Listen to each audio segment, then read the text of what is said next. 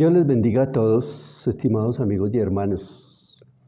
Los siga bendiciendo, aunque estamos en tiempos muy complicados y muy difíciles. Pero Dios ha prometido que Él nos guardará, que no temamos, que Él estará con nosotros todos los días hasta el fin del mundo, que el ángel de Jehová acampa alrededor de los que le temen y los defiende. Entonces debemos de estar en paz, debemos de estar tranquilos y confiados, porque tenemos un Dios que nos ama y que nos guarda siempre y cuando nosotros le sigamos, confiemos en Él y tengamos fe en sus promesas. Hoy traigo un tema y vamos a ver que Dios nos habla a través de él. Se llama la eternidad. Significa sin final en cuanto al tiempo. La eternidad jamás terminará. Será para siempre jamás. Y bueno reflexionar sobre estas cosas, sobre este tema. Porque mucho se habla de que Cristo nos salva, que la salvación, que tenemos que ganarnos la salvación, que tenemos que cuidar la salvación, pero se vuelve tan repetitivo y tan común que se nos olvida y hacernos conscientes de qué es que Dios nos va a salvar. ¿Por qué fue que Cristo vino a salvar la humanidad? Y se tuvo que hacer matar en una cruz, humillado y abandonado y despreciado y martirizado. Era para salvarnos, para darnos vida eterna, para podernos llevar al cielo y librarnos de una condenación eterna. Y vamos a ver en este momento lo que Dios nos va a hablar de este tema. Leamos en primera instancia Hebreos capítulo 7 y en el verso 1. Y dice así la palabra del Señor. Leemos en nombre del Padre, del Hijo y del Espíritu Santo. Porque este Melquisedec, rey de Salem, sacerdote del Dios Altísimo, que salió a recibir a Abraham, que volvía de la derrota de los reyes, y le bendijo, a quien asimismo dio a Abraham los diezmos de todo, cuyo nombre significa primeramente rey de justicia y también rey de Salem, esto es rey de paz, rey de justicia y rey de paz significa Melquisedec.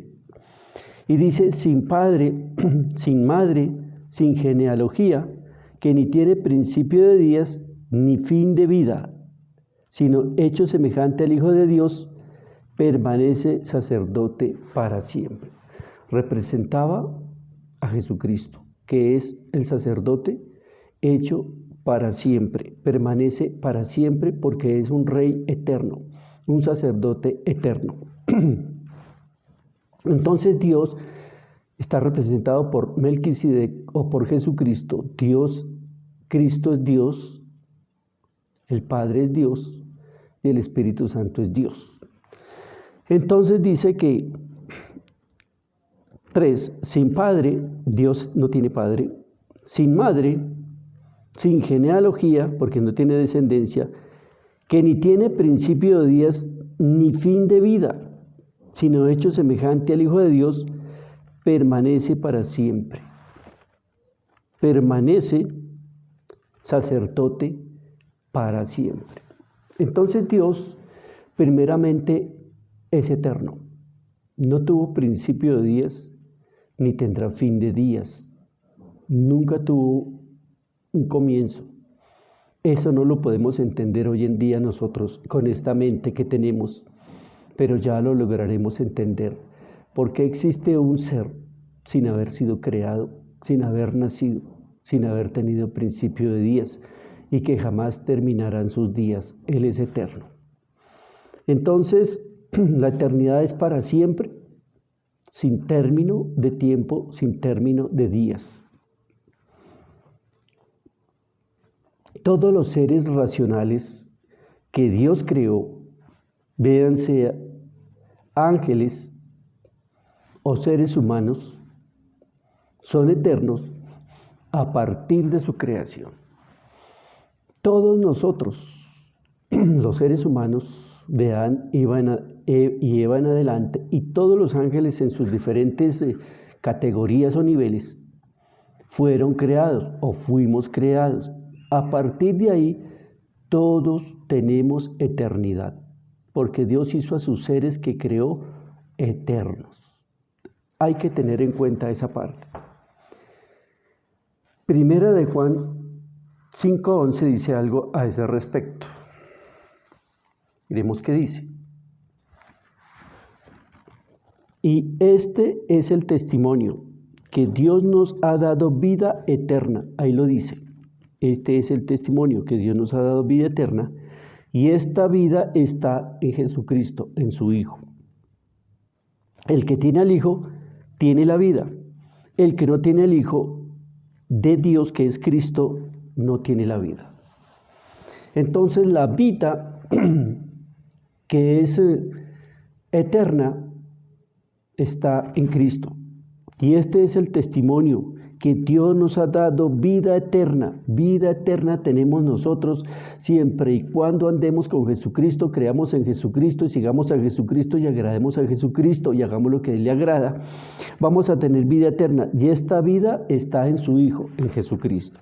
El que tiene al Hijo, que es Cristo, tiene la vida, y el que no tiene al Hijo de Dios no tiene la vida. Tendrá otra cosa, ya la veremos viendo.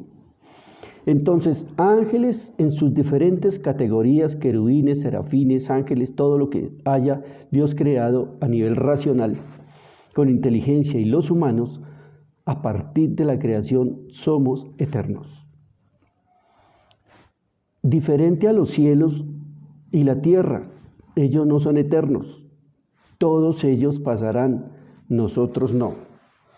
En Mateo 24, bueno irlo confirmando con la palabra, para ir aprendiendo de la palabra y para ir sustentándonos por la palabra, que no nos deja mentir y que nos da exactamente la verdad de las cosas. En Mateo 24:35 dice: el cielo y la tierra pasarán, pero en mis palabras no pasarán. Allá está diciendo que el cielo y la tierra pasarán, un día terminarán. En Apocalipsis 21,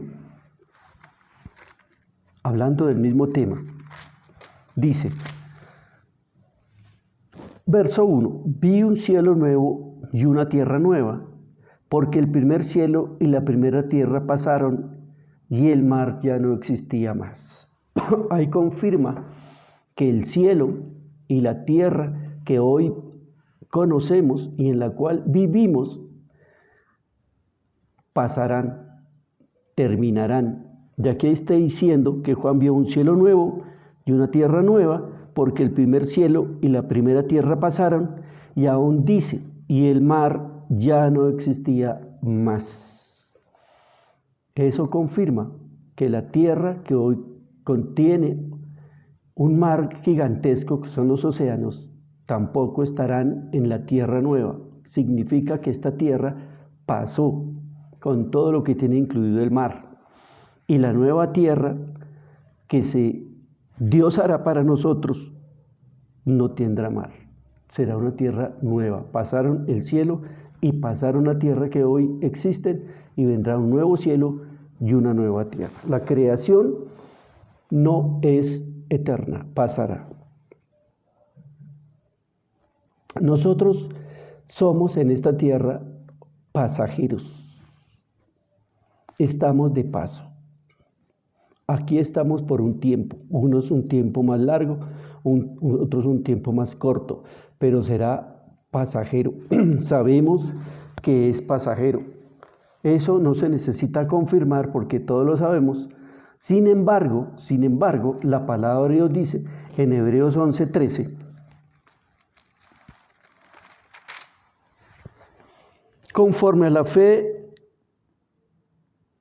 murieron todos estos sin haber recibido lo prometido, sino mirándolo de lejos y creyéndolo y saludándolo y confesando que eran extranjeros y peregrinos sobre la tierra. Ahí está diciendo que nosotros somos pasajeros y peregrinos en esta tierra, y eso no necesita de mucha explicación, porque todos hemos visto cuántos de nuestros parientes y conocidos se han marchado ya. Tenemos aquí, en esta tierra, la oportunidad de conocer a Dios, seguirlo, obedecerle para ganar la vida eterna. Naturalmente que para ganar la vida eterna hay un requisito y es, primeramente, conocer a Jesucristo, aceptar a Jesucristo, acercarnos a Dios a través de Jesucristo, seguirlo, obedecerle para ganar la vida eterna. En Filipenses 2 dice la palabra, versículo 12. Por tanto, amados míos, como siempre habéis obedecido, no como en mi presencia solamente, sino mucho más ahora en mi ausencia, ocupaos en vuestra salvación con temor y temblor. Somos pasajeros, no vamos a permanecer aquí para siempre, por unos años. Cada uno vivirá los años que Dios determine. Unos mueren al nacer, antes de nacer. Otros duran 1 año, 20 años, 50 años, 90 años, pero somos pasajeros. Entonces dice que aquí tenemos la oportunidad, estamos hablando, de conocer a Dios y seguirlo y obedecerle para lograr vida eterna. No solamente para estar en este mundo por un tiempo, sino muriendo, pasando a la otra vida, entrar a la vida eterna, a vivir con Dios. Y entonces Dios nos recomienda que por eso es importante ocuparnos en nuestra salvación con temor y temblor. ¿Por qué? Porque si no tenemos salvación, habrá condenación eterna. Y vamos a explicarlo más adelante. La salvación es algo extraordinario y maravilloso, y la condenación es algo trágico, horroroso y terrible que jamás terminará, como tampoco la salvación.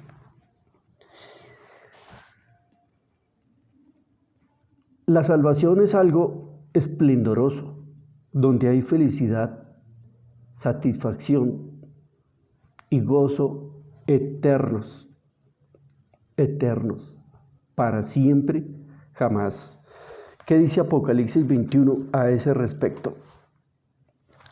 Todo por la palabra, para estar verdaderamente estructurados y bajo el conocimiento perfecto de Dios. ¿Qué dice la palabra acerca de la eternidad y de la vida eterna? En Apocalipsis 21:3 dice, he aquí, y oí una gran voz del cielo que decía, he aquí el tabernáculo de Dios con los hombres, y Él morará con ellos, y ellos serán su pueblo, y Dios mismo estará con ellos como su Dios. Enjuagará Dios toda lágrima de los ojos de ellos, y ya no habrá muerte, ni habrá más llanto, ni clamor, ni dolor, porque las primeras cosas pasaron. Y el que estaba sentado en el trono dijo, he aquí yo hago nuevas todas las cosas. Y dijo, escribe, porque estas palabras son fieles y verdaderas. Aquí está diciendo Dios que Él morará con los salvos y ellos serán su pueblo y Él mismo será su Dios y estará con su pueblo en la eternidad.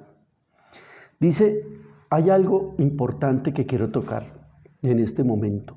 Enjuagará Dios toda lágrima de los ojos de ellos y ya no habrá muerte, ni habrá más llanto, ni clamor, ni dolor, porque las primeras cosas pasaron. ¿Por qué Dios coloca o hace referencia del llanto en este momento y que Dios enjuagará las lágrimas de los que están llorando?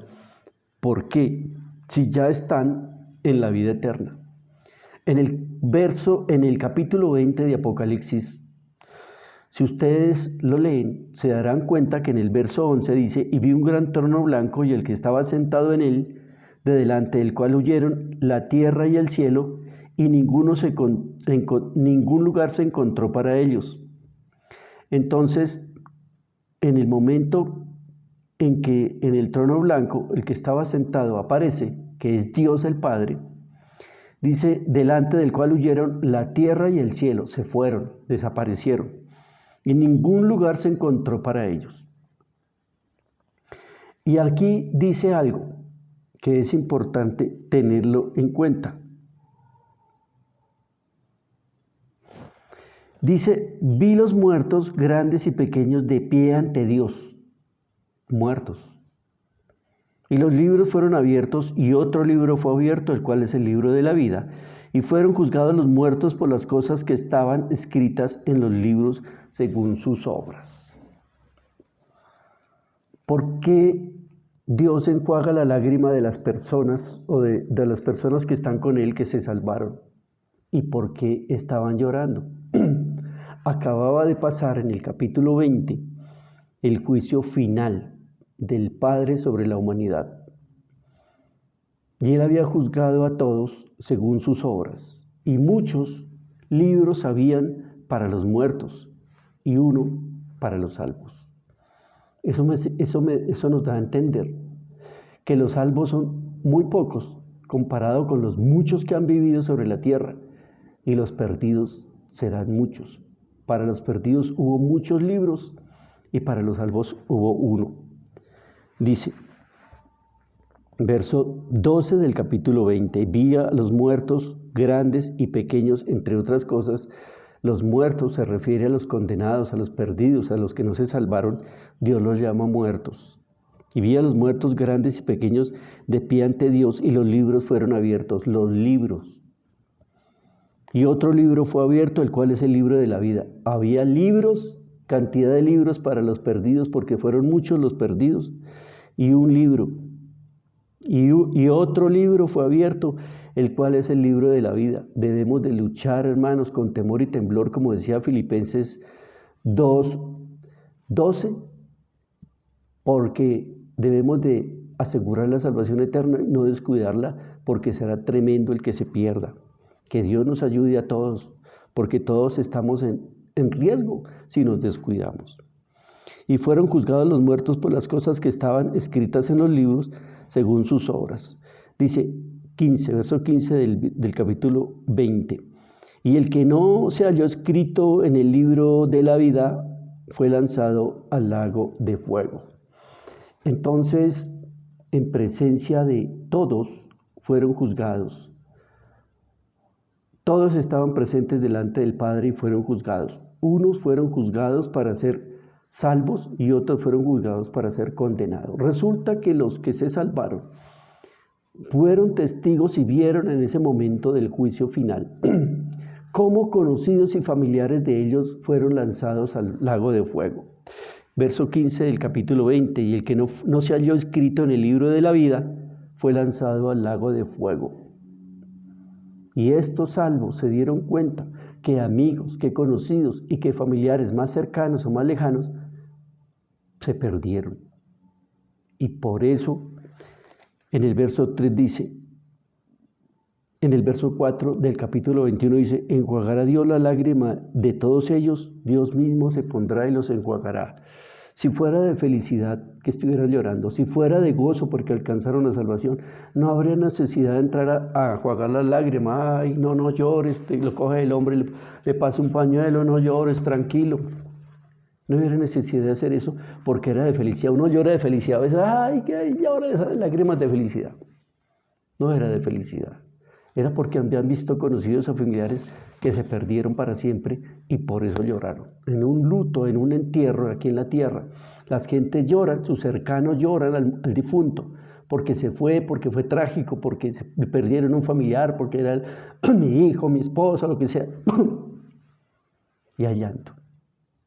Y aquí lloran porque se perdieron para siempre. Entonces viene Dios y enjuaga las lágrimas y los consuela. Tranquilos, hijos, algo les dirá.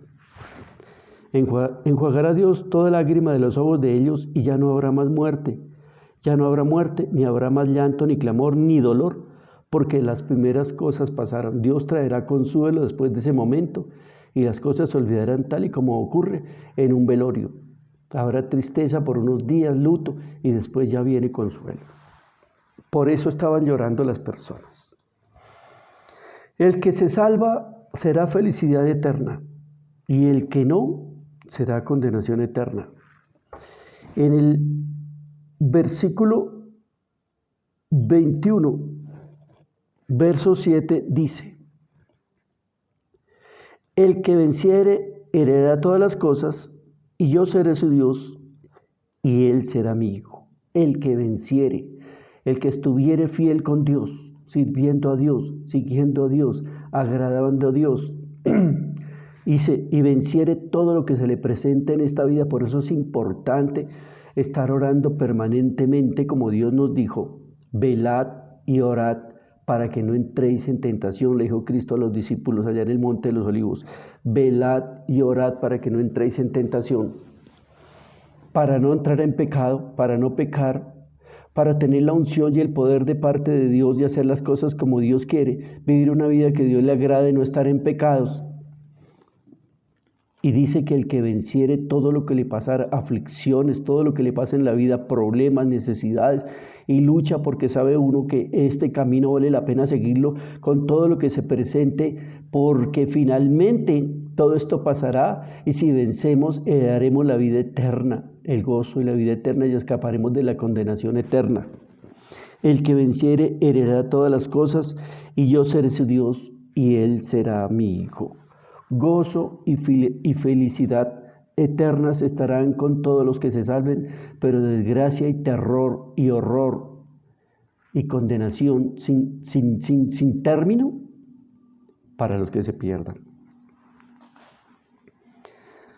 Si no lo hacemos, será condenación eterna, y ya lo hemos leído. En el capítulo 20 del verso 10 dice: y el diablo que los engañaba fue lanzado en el lago de fuego y azufre, donde estaba la bestia y el falso profeta, y serán atormentados día y noche por los siglos de los siglos. Y el diablo que los engañaba a la humanidad que estaba en el milenio, y que fue soltado el diablo, y fue y engañó a todos los que habían estado bajo el gobierno de Cristo en gozo y en paz en ese milenio sobre la tierra.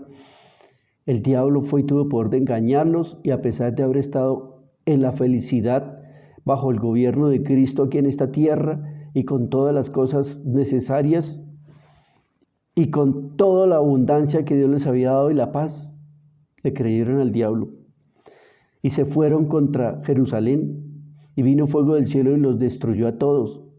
Y dice, por eso dice, y el diablo que los engañaba a la humanidad de ese momento, al finalizar el milenio, fue lanzado en el lago de fuego y azufre, donde estaba la bestia y el falso profeta, y serán atormentados día y noche por los siglos. Los que siguieron al diablo, el diablo y el falso profeta y el anticristo, todo aquel que se pierda después del infierno pasará al lago de fuego, y dice que allí serán atormentados día y noche por los siglos de los siglos. Es importante, hermanos, saber que Dios nos quiere dar una vida eterna, salvando nuestras vidas. Y ya estamos diciendo que salvándonos ¿de qué? De la condenación eterna que nunca terminará.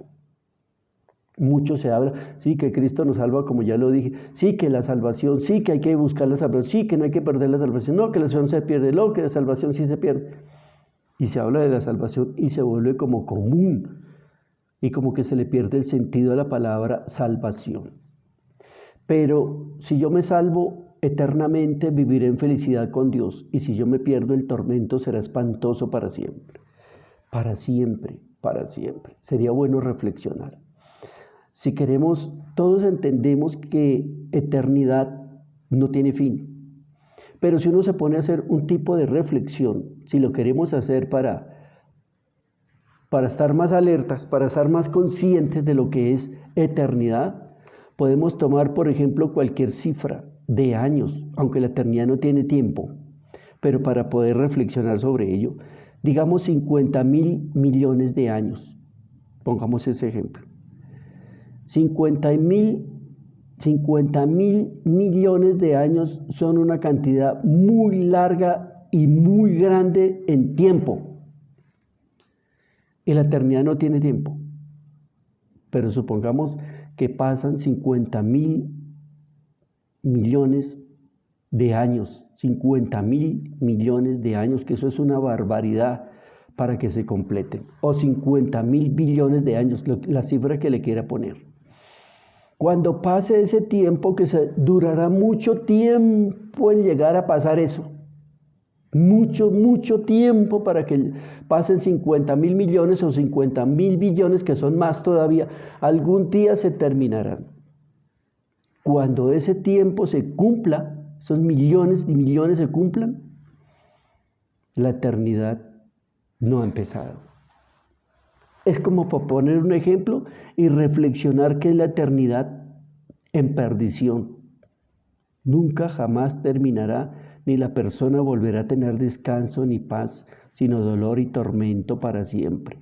De eso nos quiere librar Jesucristo, y por eso se hizo matar en una cruz y nos ofrece la vida eterna. Si nosotros la recibimos, somos conscientes, nos luchamos, nos esforzamos, guardamos su palabra, lo buscamos, lo seguimos, sufrimos con Él, no importa, y hacemos de todo para poder lograr la vida eterna, agradándole y siguiéndolo, y escapar de una condenación eterna que no tendrá fin. Y esto que este ejemplo que coloqué es para tratar de dar una idea de lo que es esto y reflexionar un poco, y más bien estar como temerosos de Dios. Por eso dice la Biblia: ocupados de vuestra salvación con temor y temblor, para no perder una salvación tan grande. Para la vida eterna debemos tener cuerpos glorificados. En este cuerpo que estamos, nadie puede entrar a la vida eterna. Entonces nuestros cuerpos también van a cambiar y van a ser eternos. En 1 Corintios habla al respecto y dice así, 1 Corintios 15, 51.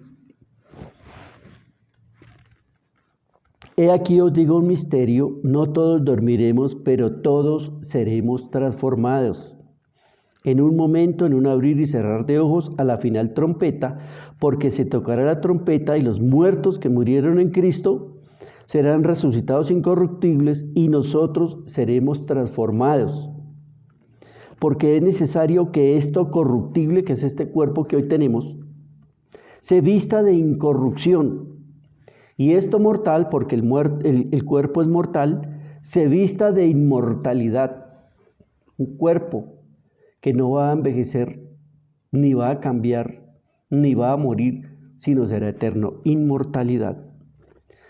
Y cuando esto corruptible se haya vestido de incorrupción, no se enferma, no se daña, no cambia, no se envejece, y esto mortal se haya vestido de inmortalidad, entonces se cumplirá la palabra que está escrita: subida es la muerte en victoria.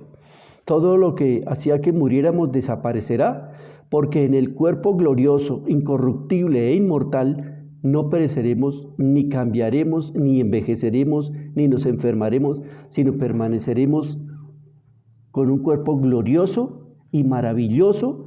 Y aparte de eso, todas las personas que resuciten salvas, resucitarán más o menos con una edad, con una apariencia entre 25 y 30 años, y nunca van a cambiar de aspecto, ni su cuerpo va a cambiar de características. Entonces, para entrar a la vida eterna, debemos tener cuerpos gloriosos, y Dios nos los va a dar. ¿Quiénes alcanzarán ese cuerpo y esa vida eterna? Los que tengan a Jesucristo y guarden sus mandamientos. La resurrección de vida es para los fieles y para los justos. La resurrección de vida, porque hay otra resurrección. Juan capítulo 5, verso 29, mire lo que dice.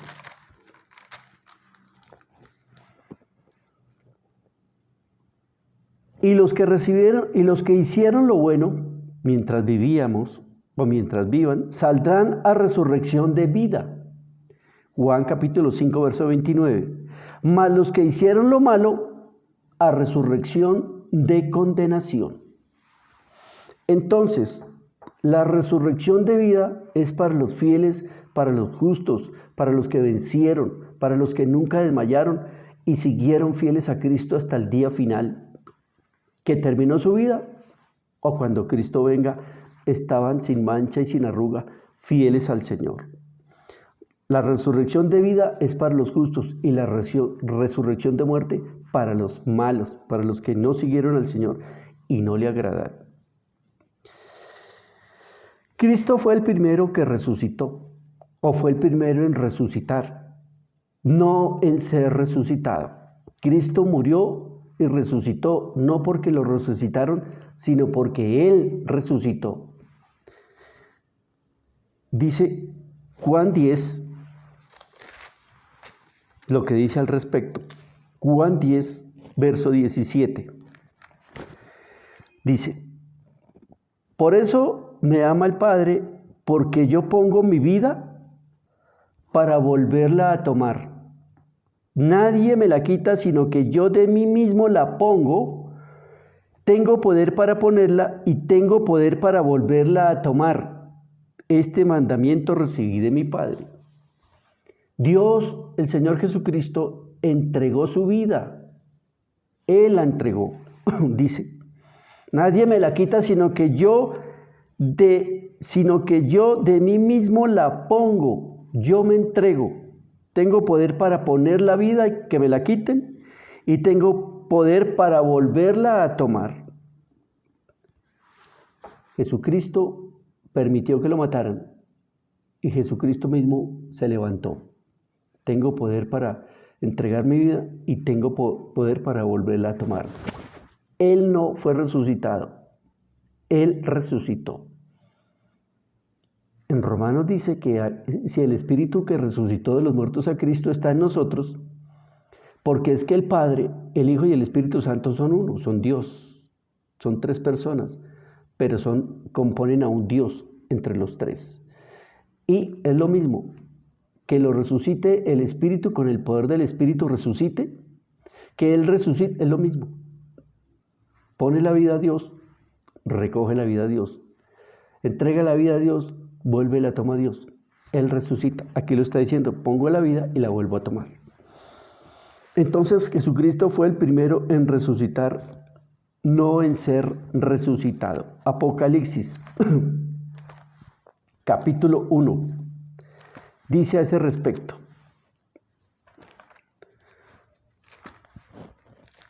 Verso 5 y 6. Y Jesucristo, el testigo fiel, el primogénito de los muertos, el primero en resucitar, no en ser resucitado, y el soberano de los reyes de la tierra, al que nos amó y nos lavó de nuestros pecados con su sangre, y nos hizo reyes y sacerdotes para Dios su Padre, a Él sea gloria e imperio por los siglos de los siglos. Amén. Ahí está confirmando que Él fue el primogénito de los muertos, el primero en resucitar. Todos los demás nos tienen que resucitar, a todos los demás. Todos los demás que hayamos existido como seres humanos, nos tienen que resucitar, o para vida eterna, o para condenación eterna, lamentablemente. Segunda de Pedro, ¿qué dice a ese respecto? Capítulo 3, y en el verso 11. Puesto que estas cosas han de ser deshechas, ¿cómo no debéis vosotros andar en santa y piadosa manera de vivir? El requisito que Dios coloca en nosotros, esperando y apresurándoos para la venida del día de Dios, que la estamos esperando, en el cual los cielos encendiéndose serán deshechos y los elementos siendo quemados se fundirán. Los cielos serán deshechos, los que vemos ahora serán deshechos y se fundirán, y los elementos siendo quemados se fundirán. Pero nosotros esperamos según sus promesas cielos nuevos. Aquí Pedro habla de cielos, en Mateo y en Apocalipsis hablaba de cielo, aquí habla de cielos. Pero nosotros esperamos según sus promesas cielos nuevos y tierra nueva. Estos cielos, la luna, las estrellas, las galaxias, serán nuevos según dice esta palabra, porque ahí también ha habido pecado en los cielos. Recuerden que hay huestes celestiales de maldad que están en lugares celestes, potestades de maldad que están en los lugares celestes. Entonces estos cielos han sido contaminados por espíritus malignos, y también el hombre ha subido con sus cohetes a la estratosfera, a la luna, a Marte. Por eso Dios va a barrer todo esto. Los ángeles caídos han paseado por esos cielos y se han contaminado, pero nosotros esperamos según sus promesas cielos nuevos y tierra nueva, en los cuales mora la justicia. Por lo cual, oh amados, estando en espera de estas cosas, procurad con diligencia ser hallados por Él sin mancha e irreprensibles, en paz, porque es la condición. Esto es difícil, esto es complicado, esto es para gente que se consagre, que quiera agradar a Dios, que clame a Dios, que le ayude, que nos ayude a vivir bien como Él quiere en santidad. Y esto no es fácil, ni para mí, ni para nadie. Pero tampoco es imposible, porque si fuera imposible, Dios no nos exigiría que estuviéramos sin mancha, sin arruga, irreprensibles y en paz, porque es posible con la ayuda del Espíritu Santo al clamar en oración a Dios misericordia y que nos ayude a vivir una vida como a Él le agrada. Y aquel que pecare, abogado tenemos para con el Padre, a Jesucristo el justo. Le pedimos perdón a Dios y Él nos perdona. No practicamos el pecado, no. De pronto caemos y en ese momento nos arrepentimos. No somos practicadores de pecado.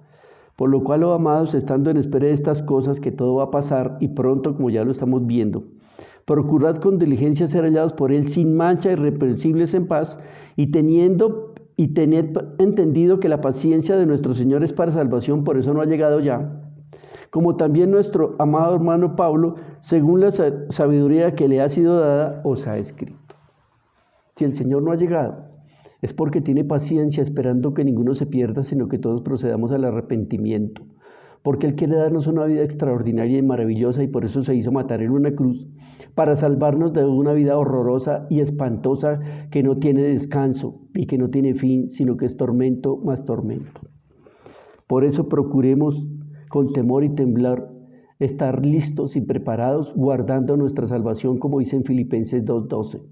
Ocupaos de vuestra salvación con temor y temblor, porque Dios nos ofrece la gloria eterna, la paz eterna, la felicidad eterna, lo mejor. Hay que lucharla. Yo quiero llegar allá.